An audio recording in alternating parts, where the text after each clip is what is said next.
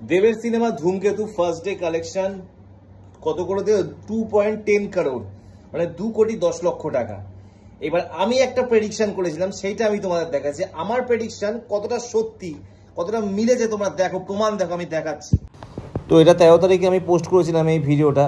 তো এবার দেখাচ্ছি 13 তারিখে আমি কি বলেছিলাম, তোমাদের দেখাচ্ছি 13 তারিখে পোস্টে আমি কি বলেছিলাম। কমলা হয়ে গেছে, রাতের মধ্যে সব কমলা, টিকিট ফুল।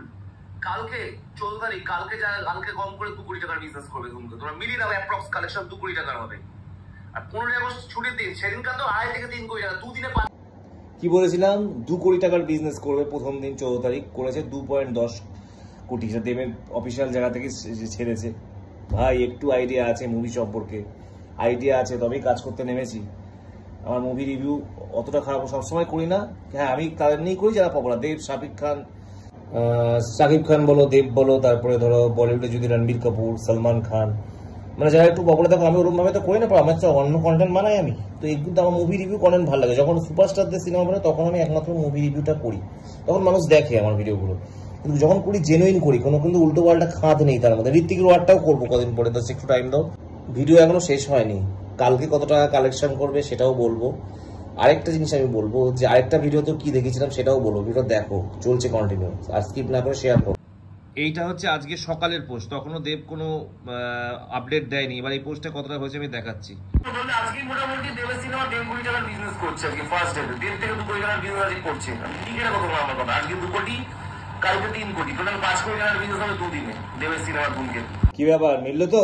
হ্যাঁ, দুটো ভিডিওতে আমি একই কথা বলছি, 2 কোটি টাকার বিজনেস করবে দেবের সিনেমা ধূমকেতু ফার্স্ট ডে।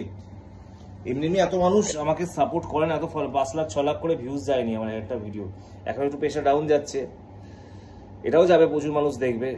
যদি 5,000 মানুষ 15 আগস্টে ধূমকেতু যা কামাবে এটা আমার কল্পনার বাইরে। আপনারা জাস্ট দেখতে পাচ্ছেন বুক মাই শোতে, কল্পনার বাইরে, কল্পনার বাইরে 15 আগস্টে। তোমরা যদি একবার দেখো, কল্পনার বাইরে বুক মাই শোতে বিগেস্ট রেকর্ড হয়েছে, বিগেস্ট।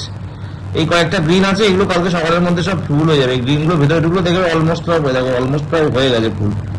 এটা অলমোস্ট এগুলো সব ভর্তি হয়ে গেছে, এগুলো কালকে সকালে বাড়িগুলো ফুল হয়ে যাবে। আমি তোমাদের একটা কথা বলে রাখছি, ধূমকেতু বাংলা সিনেমার ইতিহাসে একটা রেকর্ড করতে চলেছে, রেকর্ড। এখনো অব্দি লাস্ট 20 বছরে কোনো সিনেমা এত টাকা কামায়নি সারা লাইফ টাইম করে। একমাত্র দেবের যেই অ্যামাজন অভিযান মনে হয় কামাইছিল 48 crore। দেবই পারবে একমাত্র, দেবের রেকর্ড ভাবতে, আর কেউ পারবে না। তো আগামী দিনে দেব যদি এইভাবে চলে, বাংলা সিনেমা একদিন 100 কোটিও ছবি, 100 কোটি না ছিল 50 থেকে 60 কোটিও ছবি। ধূমকেতুই তোমরা দেখো শেষ কোথায় যায়।